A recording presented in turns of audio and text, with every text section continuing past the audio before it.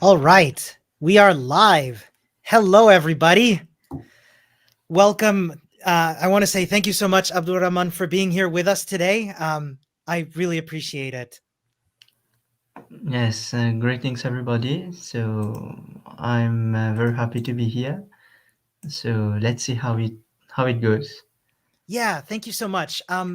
Before we begin, I just want to take a minute to introduce what we're doing here, and to introduce you, if I may. Um, so what we've got here, folks, is the second edition of our weekly show, where we'll be onboarding me, Ramon, hence the sailor outfit, onto a new code base. Today, I'll be onboarded onto Shopyo by the very kind Abdur-Rahmaan. Today, Abdur-Rahmaan, I don't know if you would love to introduce yourself a little bit. Okay, so I'm a Python developer for my own account, and I can say that I kind of specialized in Flask, or more precisely, I have some years of experience using Flask. And I'm also the one of the organizing members of our local Python user group, which is called PyMug, pymug.com, and also one of the organizing members of FlosCon, which is a conference dedicated to Flask, which happened last year and this year also. And that's I'm so involved in translations and in the Python docs translations and things like that. But I think Wow. that's basically That's awesome. Thank you so much. I really appreciate the work that goes into, keeping these community endeavors um going, and of course, taking the time to improve the ecosystem for newcomers, as well as localizing doing these translations. In my experience, is hard. Spanish is my first language, and doing those translations can be pretty tough if you're used to either one ecosystem or another, I'll bet. yes, and it takes. I think the thing is that it takes time, and I forgot to Mm, mention that I'm also part of the Floss community work group, yeah, which is a work group which works to like knit together the Floss community. yeah. And after the work group was initiated, we also got people who contributed translations, and it's ongoing. I think the coincidentally, like the most complete translation up to date is Spanish. Oh, Someone really? contribute. Yeah, yes, Flask. The Flask docs, the most complete documentation is in Spanish. Spanish followed by Chinese and French, and so those are ongoing like Flask docs translations. Yeah, and yes, time is the main thing. Yes, absolutely. For those of you who are not familiar, folks, Flask is, now please correct me if I'm wrong, it is a web framework for Python, in Yes, short. I'm going to put up a yes. link here in the chat real quick, just as a reference to the docs, for Flask. I've actually used Flask before, but many years ago. I went to a workshop from the creator, and I had a really good time. Mm, Yeah, great, great. and the community is really wholesome and positive. But yeah, those are our introductions. I'd love to jump in and take a look at the project that you'll be onboarding me to today. So I'm going to go ahead and share my screen. We're going to do it a little bit differently today, folks. Normally we would use Gitpod or another online platform, but in order to make sure everything is running smoothly, we will be developing directly on my machine. So this will be an interesting challenge, and we'll probably run into some bumps, but I feel very safe being onboarded by you. So, Yes. and I'm very grateful as well. So, I'm going to start by introducing the project, if I may. So, I found this project on the OSS port, which is the community portal we're working on to help um, improve the the workflow for maintainers of open source projects. And I found your project here, and you had put so much so much thought into, what you're working on and how to get started, that I reached out to you, and you very kindly decided to join us. So I really appreciate that. And you also, for example, you have a breakdown here of what you're looking for: backend developers, front end developers, technical writers. Most of the contributors are in Europe. Ideal is one pull request a month, and you've got mentorship available, which is really great. Yes. Which is what we're doing today, you and me. Yes, it's kind of one of our selling point. Like, I mean, like we normally maybe these last times not so much, but routinely normally Yeah. in fact, anybody who shows interest, normally we take some time out and onboard him, like and even while he's going through the docs. So we're here for support, tech support. I mean, like we have a Discord server for Shopyo, Oh, and nice. Oh, I yes, should have joined that.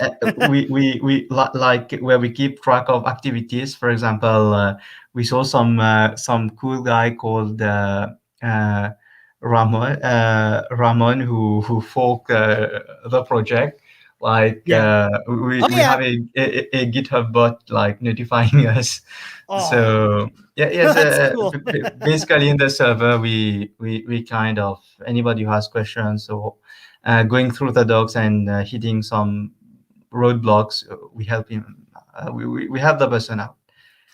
Noreen writes, "That's wonderful. And it is, and indeed it is. I really love having this engagement. It makes me feel like I'm in a good place for starting, because you put here in your resources right from the start a starting point.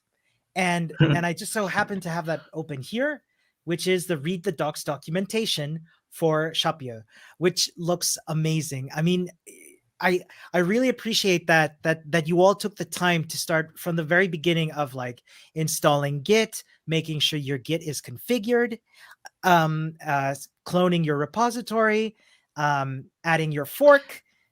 By the way, before I stop you, I see a No, please. a contribution. See the clone link. It is still cloning HTTPS. No, no, the clone link. Yes, normally Yeah. GitHub changed that, so we should put the .git link. So that's one Yeah. contribution for you. The SSH one, right? Yes. Okay. Now, to do that, that would be a separate repo, right? Yeah, just no. Our docs Oh. is hosted on that repo Oh, itself. nice. Yes. Oh, excellent. So so Great. I'm just opening an issue while you continue with Oh, great. Awesome. Yeah, yes. I will go ahead and claim that very soon. Um, so, what will yes. So what you've done here is you've all taken the time to, like, start from square one for the setup steps. And that's really meaningful for me, because it really shows me that you've all taken the time to, set up an onboarding ship that I can, get behind and sort of understand, okay, this is where I can get started. And it's just, I really appreciate it. Yes, like since day one, we had the first timers only tag where we routinely opened issues to let people contribute. Actually, the project was hosted on my personal GitHub account, but when we migrated to a GitHub organization, our stores were lost, and so but we had the first timers label since like pretty much day one. I love it. I think that's so, like, so meaningful and helpful. So, by the way, folks, if I'm looking aside, it's because I'm working off of this screen here. So I'm not ignoring anybody. Please understand. I've got two screens here. Let's oh yeah, another thing you've done, by the way, is you've set up a map on CodeC. Yes. I'd love to take a look at that, because this is, if you're not familiar with it, folks, CodeC Maps is our tool for helping to onboard people to code bases in a quick and straightforward way. And what I love about it is that it gives me, like, a bird's eye view right away of what's going on in this code base. and allows me to set up. It allows folks who are onboarding others to set up right away where things go, what the points of interest are, how these ownerships can take place. And what we're going to see today, hopefully, is also some review maps that'll make life for you, Abdur-Rahmaan, easier for reviewing the pull requests that'll come in for me. So I think that's going to be pretty exciting. We're going to figure this out live as we go. I can see here you can see, for example, let's look at some insights here where lots of work is taking place. And I can see here, for example, let's look at latest activity, where you've worked on some stuff the latest. For example, in the last month, you've done some changes to the README, to the GitHub action, to the docs. Command line. Yeah, nice. Amazing. Amazing. It's not bad, huh? Our Yes, engineers it's are doing a great. great job. Yeah, and it gets better. It gets better, believe me. Yeah. So let's take a second and start making some contributions, shall we? Now, in order to do that, I would probably need to set up the code base here, right? Yes. Yes. Maybe if you've already cloned, you would need to change the origin to that new to the SSH link. So I think I might have already done that. I hope my size is okay, folks. Let me make it yeah, just a touch bigger just in case. Yeah, I hope that's fine. Yes. Great. In fact, what I can do is resize the windows and then we can do our work like that. So that would be git remote v. That'll let me take a look at what yes, you're right. I've got the HTTPS link. Yes. Git remote set URL origin. And now I can put in my SSH link, which I've got here somewhere. Just resize the window. Yeah, good idea. There we go. Yes, here. I do local. I've got my SSH link here. Yes. Perfect. Oh, yes. By the way, folks, this is a collaborative endeavor. So I will be driving. Abdur-Rahmaan will be navigating, but anybody in the chat who wants to join in and, contribute. This is an ensemble programming environment we've got here. So please feel free to shout out some suggestions and stuff and join in, comment and all that. So git set remote set URL origin and then the URL. So that's done now. Yes. So I've got the SSH URL ready. And now I can continue to work on from these instructions. Is that right? Yes. Perfect. So I will start from here. I do have Python 3 installed. I did check. I think yes. Though Python 3 is great. Yes. Yes, but if you have an environment, it's great. Else, yes, as long as you work in event, so having just Python 3 is great. But because if I'm not mistaken, Python 3 is used by the system by system tools. So if ever something goes wrong, so lots of things can go wrong. But as long as if it's in the environment, so it's good. It's like an easy way to make people get going while also being safe, but was just some words of caution.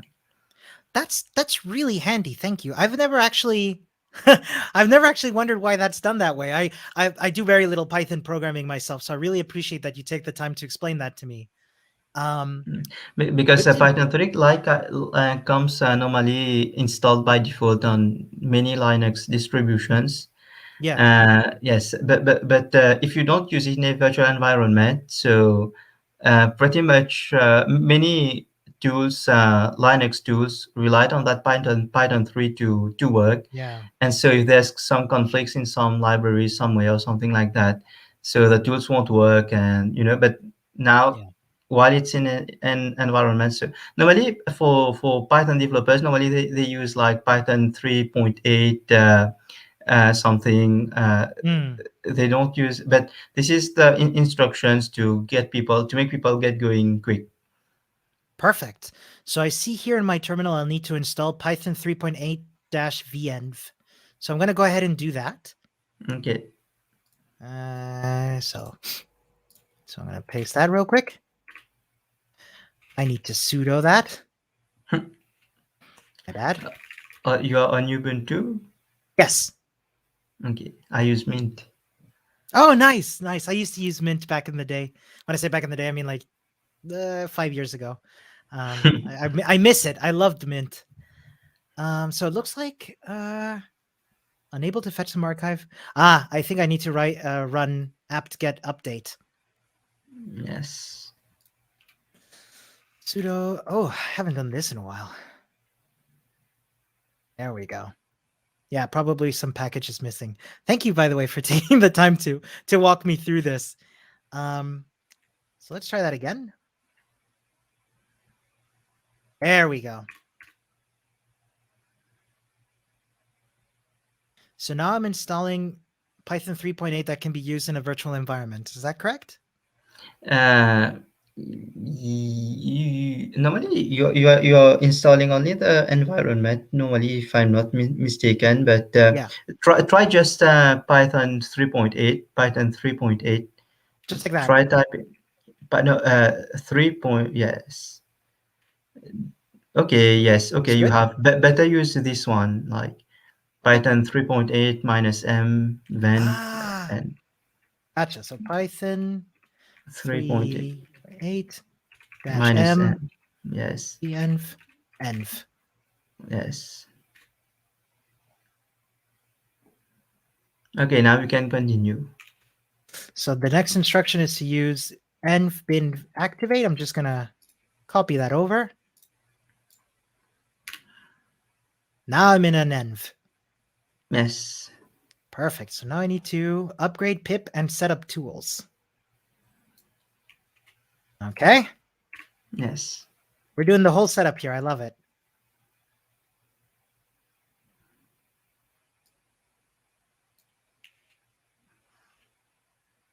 Perfect. Normally in here, what we are doing, we're installing the requirements, the dev Oh, requirements, as well as installing the tool in editable mode.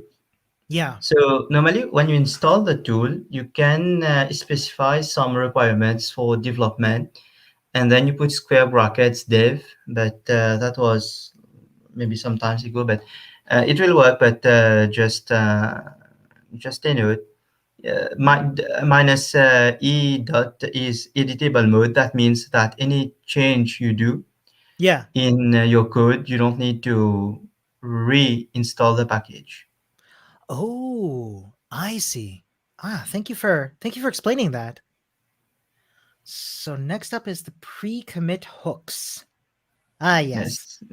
So this one is a real like this one normally for new people it's a bit uh, like hard pre-commit because it won't let you commit. It's actually more frustrating than hard, but it's great to have around. Yeah. Yeah, I'll bet. Yeah, no, I'm a fan of them myself. Like, especially for things like in cleaning up, especially in like JavaScript or something, for doing Mm. some like some indentation cleanups and that sort of thing is really nice. Um, cool. So we're done that, and now we're going to initialize the app by running cd Shopyo and then Shopyo initialize. So cd Shopyo and then Shopyo initialize. So We have a we're using, database. yes, we are using SQLite, so no need to install anything. Brilliant. Cool. Then we've got Shopyo run debug.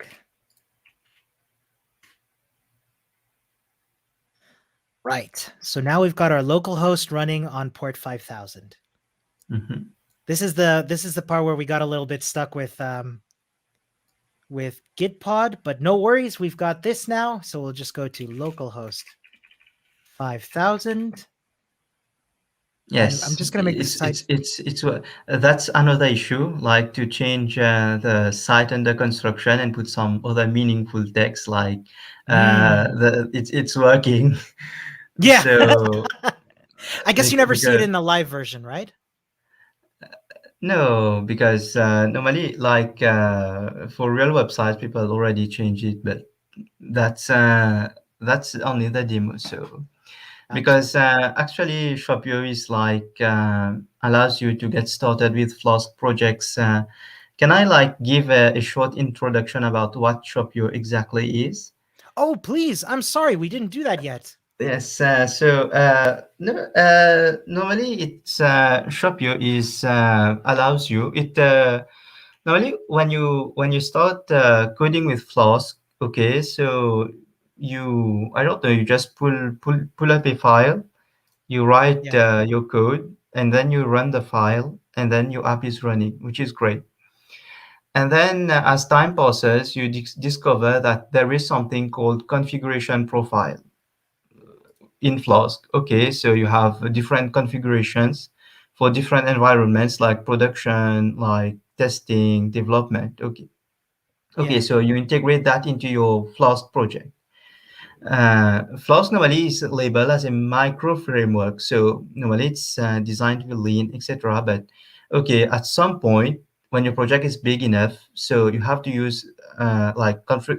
You don't have to use, but it's good to to use configuration profiles. Okay, and then you have to have a way to like have secret variables, and then okay, and then at some point maybe you want to integrate migrations. Okay, Uh, so Abdur-Rahmaan, I'm very, very sorry to interrupt you, but it would appear that the stream is off. I'm going to try and turn it back on, okay? okay, but on my end I see that it's live 27:49. Yeah, that's what I see too, but on Twitch it seems to be not running. If you go to our Okay, Twitch, maybe you could confirm if you don't mind. Here. let me just confirm it on another device. Yeah, sorry about that, folks. I don't know what's going on. If it does look like we're offline, I'm just going to try and restart the stream and see if we can get back in.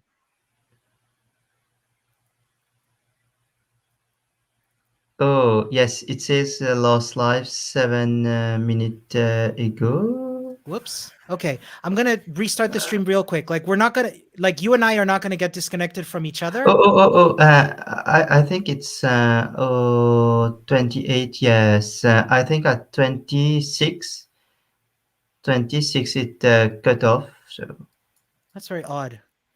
Okay, let me I'm going to restart it real quick, yeah? I'll be right back. I mean, we're not going to lose each other. I'm just going to end the broadcast and start it back up, okay? okay. So just a second.